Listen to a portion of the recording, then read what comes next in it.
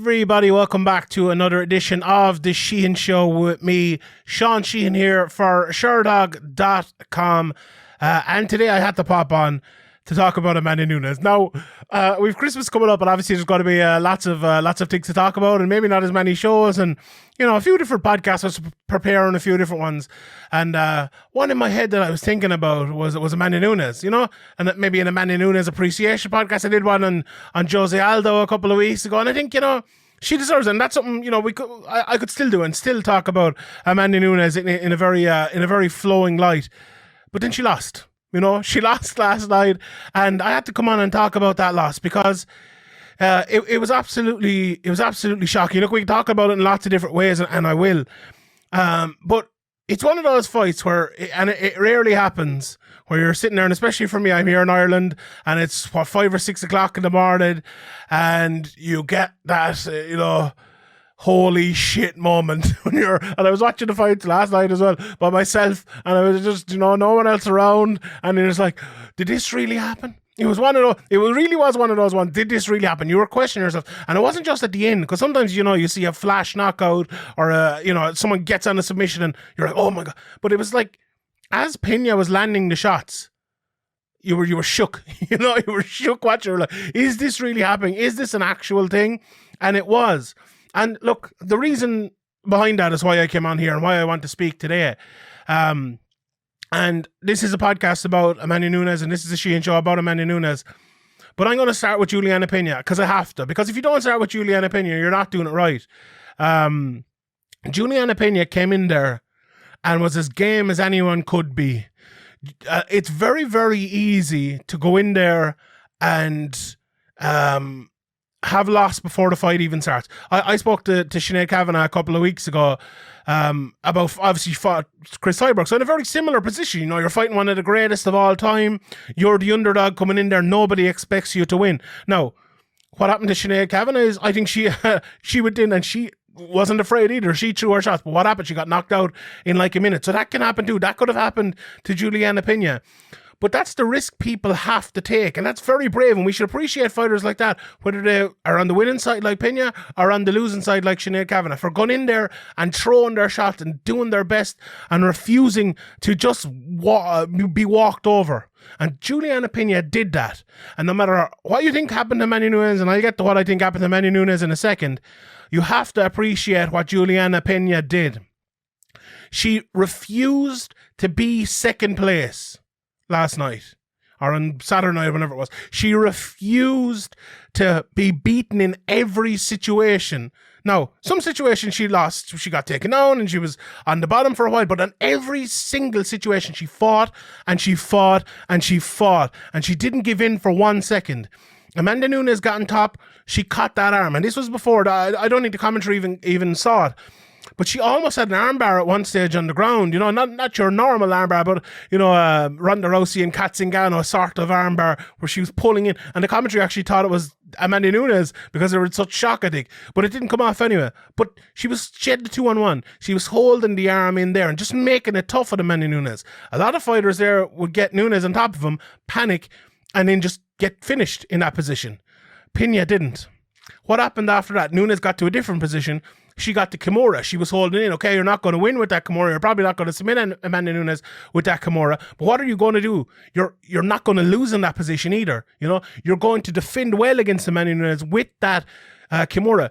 And the biggest point is you are refusing to give it to her easy. Nothing was given easy.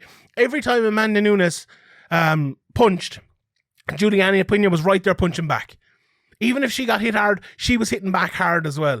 It's a strategy that can go either very, very well or very, very badly.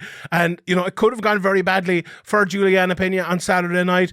It didn't. It went very, very well. But without that kind of the pig-headed refusal to lose, refusal to give in, refusal to give us, and it's not even to give in or to lose. It's a refusal to give a single step at any time is the reason that paved the way for Julianna Pena to win that fight, without a shadow of a doubt. She could have won with a lucky punch, she could have won with a lucky submission or something like that. She did not. She absolutely did not. And if anyone tells you she's lucky, forget about them. They're absolutely wrong. She put herself in that position to win that fight. We see people, at the very, very top, the best in the world, whether it's in MMA or boxing or the NFL or the Premier League or whatever it might be, and they have an off day. And they win 1-0 or they win by a touchdown or they get through it because the other team hasn't lifted to that level to overtake them, or they don't have that belief enough to get to that next level to win that big one. They don't have that belief, or they don't have the inability to give in. That's what Julianna Pena had. She could not give in on Saturday night. She refused to give in for 1 second. She took that fight away from Amanda Nunes. Now, did Amanda Nunes give it to her to be taken away? We'll argue that in a second. But I have to start this by saying that for Julianna Pena. Fair play to her. Because a lot of people, no matter what Amanda Nunes, as I mentioned, shows up, they would have lost anyway. They would have been the B-side on an Amanda Nunes performance that was just her last win of this year. That's all it would have been for a lot of people. And absolutely would have been that. And she refused to be that. So 100% huge credit to her. Now, let's talk about Amanda Nunes, because this was... it was a shocking display from Amanda Nunes, let's be honest. And by shocking, I don't necessarily mean, she fought terribly or anything. No, she didn't fight great. Don't get me wrong. And it was, I suppose, shocking in a way. But it was shocking in terms of what she produced and what we saw and what we were expecting to see and how we were expecting the fight to go. Everyone, I think, was expecting an Amanda Nunes cakewalk. Whether you thought, like me, she might be able to knock her out, as I gave one of my bets on the betting show this week, or whether you thought maybe because Pena is a good grappler, she'd be able to submit her if it got to there, or however you thought it might be. Everyone thought it was going to be that cakewalk for Amanda Nunes. And it wasn't. Look, it wasn't that. And I think the biggest issue was, did she think it was going to be that cakewalk? Because that is a big, big issue. And I want to talk about the mental side of it before I talk about anything else, because that's a big thing as well. We talk about it a lot with Conor McGregor, and look, he's money made, and he's in his silk pajamas, and he's living on his yacht, and he has loads of money. And look, the question is always, can he get motivated to fight? Can he get motivated to prepare the way he did when he was a plumber in Dublin, living in his mother and father's box room? Can he do it? Can he still do that? Does he still have that motivation?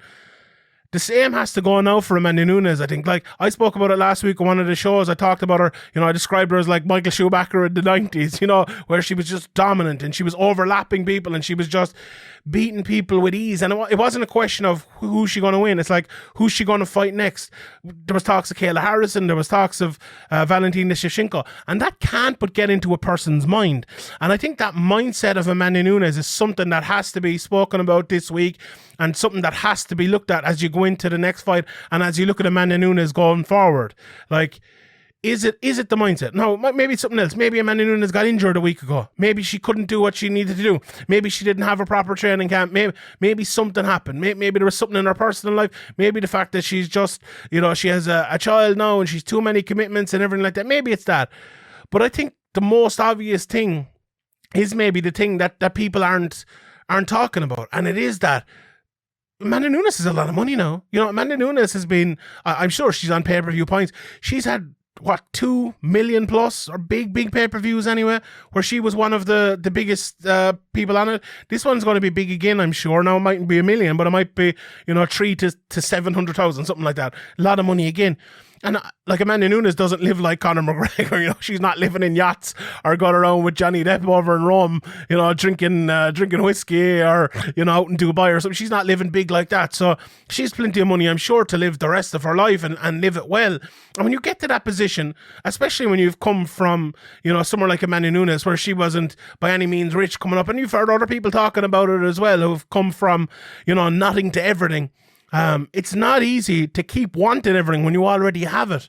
It's not that easy to keep doing that. And I think that's the position that Amanda Nunes has found herself in. And now, is that the reason why she didn't perform against Julianna Pena?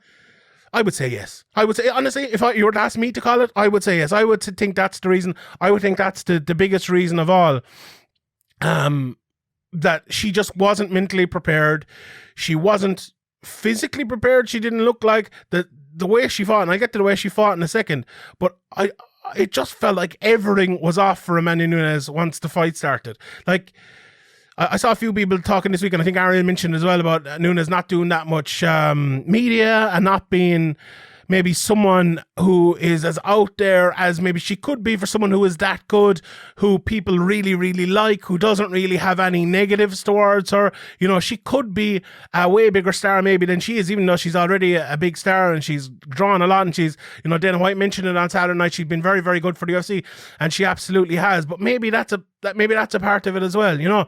But on the performance itself, it just felt like from the very start, she was expecting it to be easy. I always use, you know, I used to say it about Luke Rockhold against Michael Bisping. He just turned up at the post office, you know, to collect his package and bring it home. He wasn't he wasn't expecting it to have to wait for an hour and to have to sign papers and to have to pay the VAT that it's after coming from fucking Estonia or somewhere. You know, I wasn't expecting to do that. He was expecting to come in, pick it up and go home. Amanda Nunes, it felt like she was just expecting to come in, pick up her belt, go home, not having to do that much preparation, not having to be in that right headspace to get there. It just felt like that was the situation with Amanda Nunes. And Julianna Pena, as I mentioned at the start, refused to do that. But for me, the biggest difference I saw with Amanda Nunes in the fight was that it felt like it wasn't just that the pop wasn't there in her shots. It felt like the lint wasn't there in her shots. If you ever go back and watch any Amanda Nunes fight, the Cyborg fight, the Ronda Rousey fight, she's very long punches, you know, straight long punches, whether it's her jab or her right hand, you know, beaming straight down the middle, hitting you right down the fucking face. Always. That I didn't see that. I didn't see that on Saturday night. You know, she wasn't throwing those shots. She just wasn't. And, you know, that's not got to do with Pena. You know, I don't think... No, Pena did some good things. I mean, I'll talk about that in a second. But that wasn't there. That, to me, wasn't evident from Amanda Nunes. I didn't see that part of her game on Saturday night. And that's the biggest and best part of her game. Those bludgeoning shots right down through the middle. What I also didn't see, you know, and I mentioned Pena on the ground and how she refused to give it up easy to Amanda Nunes. But I didn't see any killer instinct from Nunes either. You know, it really looked like she was phoning it in, that she thought it was going to be easy and that she didn't have to over-exude herself to win that fight, you know? It felt like she could have dragged her arm out of that, you know, armbar attempt or Kimura attempt. She could have laced her with big elbows. She could have hurt her in that position and finished that fight. She really could have. You know, if that was the Amanda Nunes we know and love down through the years. But it just wasn't. It wasn't the same Amanda Nunes on Saturday night. And in the end, and we'll talk about what's next in a second, but I think in the end, and it's a tough thing for me to say, and well, it's an easy thing for me to say here, but it's also a tough thing for me to say. I think she gave up in the end. No, I really do. And I think she kind of alluded to that as well. She said in the post-fight interview that I thought I had some things gone out of my game, but they showed their ugly face again tonight, basically. And, you know, maybe that's a cardio thing, but I also think the cardio leads to what happened in the end. That rear naked choke wasn't fully in. You know, that wasn't fully in. That wasn't, you know, one that Julianna Pena was expecting to finish. Look at her afterwards. She was like, what's that? Is the fight, what? The fight's over? Is it? Is the fight over? Is it after happening? And it wasn't just shocked that she won. It was shocked that Amanda Nunes tapped to what she tapped to. And now she was tired and she was relatively, I don't think she was that hurt because there wasn't any big, massive shots landing or anything like that. But it was just a case of like, she came in, as I mentioned again, expecting to win easy. She was refused that by the brilliance of Julianna Pena and the toughness and the grace of Julianna Pena. And when she couldn't win easy, at that stage, you need to transition to win hard. You know, you need to transition to, well, I'm going to have to up this pace. I'm going to have to do something different. I'm going to have to adjust. Look at Jose Aldo a couple of weeks ago. Look at Dominic Cruz the last day after he got knocked down. Look at, you know, even Amanda Nunes in the previous fight where she lost the first round and came back. You know, she has it in her, but she just didn't do it. Saturday night was not her night. She just refused to win, you know. And in the end, Julianna Pena took the fight out of her, absolutely, but she also took the fight out of herself. She absolutely took the fight out of herself and gave up in the end. But she gave up because she knew that it wasn't her night, you know? She knew it wasn't her day. And now the question is going forward, and the last part of what I want to talk about here is what's happening going forward now afterwards, you know? Is this now Amanda Nunes? Can Amanda Nunes recover from this? Or is this what she is? Has she changed fundamentally as a fighter? Has she gone back and regressed to the fighter that she was before? Can she get that motivation back? Are those silk pajamas and all those millions in the bank too much for that? Is she able to ever prepare again? Does she want to? Does she want to come back and do it? Does she want to rematch Pena? Does she want a big money fight, maybe at 145 pounds, and then she goes off into the sun and that's it? Like, or is it a case of the opposite? Did she just needed a challenge? That there was no one there? She had beaten everyone. She'd lapped everyone.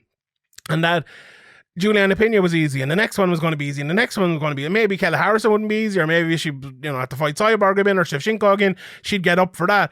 But what was it? And that's the biggest question. And going forward, it's a question that we didn't think we'd have for Amanda Nunes. We didn't think that there would be intrigue going into a next Amanda Nunes fight, unless it was one of the aforementioned Cyborgs, Kayla Harrisons, or someone like that. And it's, in one way, it's very, very good for Amanda Nunes. Obviously, in another way, it's very bad because she just lost. But now we have exciting fights, and it changes the dynamic not only of a rematch with Pena, it changes the dynamic of anyone else fighting her. Anyone else now will have the pictures in their mind of the champion, the GOAT Amanda Nunes, not 7-2 Amanda Nunes, not 10-2 Amanda Nunes, the GOAT, the greatest of all time Amanda Nunes, getting beaten and given up. Everyone who fights her now, not just Harrison, not just Pena, not just whoever else, the people coming up, the people on their way up, will all have that in their back pocket too, or in the back of their mind when they fight her. And you know who else will have it? Harrison will have it. Pena will have it again. Shevchenko will have it. If those fights happen, if she can manage to win two of them and get the third one, or if she managed to win one of them and get the second one, it brings a level of intrigue to Amanda Nunes' career over the next while that we didn't think we were going to get. We all thought it was going to be a cakewalk for a long time. And I've said it before on these podcasts and other podcasts as well, that there is someone coming. There's always someone. No matter who you are, if you're Heist Gracie back in the day, or Ken Shamrock, or if you're Tito Ortiz, or Chuck Liddell, or Randy Couture, if you're Conor McGregor, Habib Nurmagomedov, if he'd kept going, John Jones, whoever it might be, Amanda Nunes, Chris Cyborg, there's someone coming. Your Chris Weidman is coming if you're Anderson Silva. Your Conor McGregor's coming if you're Jose Aldo. Your TJ Dillashaw is coming if you're Hinan Barrow. Your Henry Cejudo's coming if you're Dimitri Shatsa. Whoever it might be, there's someone coming. And maybe they're not a better fighter than you, or maybe, they don't overtake you, and maybe you'll come back. But maybe just for that one night, they are. Maybe just for that one night, they're the better fighter. Maybe you have an off night and they rise to the occasion, and we get what we got on Saturday night, where Julianna Pena rises and defeats Amanda Nunes. And now what we have going forward is excitement. What's going to happen? Is it going to be a rematch? Is Amanda Nunes going to bounce back? Is this going to even make Amanda Nunes' case to be the greatest of all time even better? Imagine if she bounces back, beats Pena, Harrison and Shevchenko 3 in a row. Imagine how great it will be then after what happened. Magic. Absolutely magic. And I will leave it there. I hope you enjoyed this video. Let me know. I had to come on and give a reaction to that because it was just amazing and it deserved a reaction. So thanks everyone for listening and watching. Give a thumbs up here, subscribe. Thanks very much as well to all the lads over Sherdog, Jan Brannigan, Mike Fridley, and all the lads over there. They did a fantastic job, and John editing these videos does a fantastic job as well. And Merry Christmas and have a great holiday season, everyone. Thanks very much for watching. I'm Sheehan for Sherdog.com. I'll see you all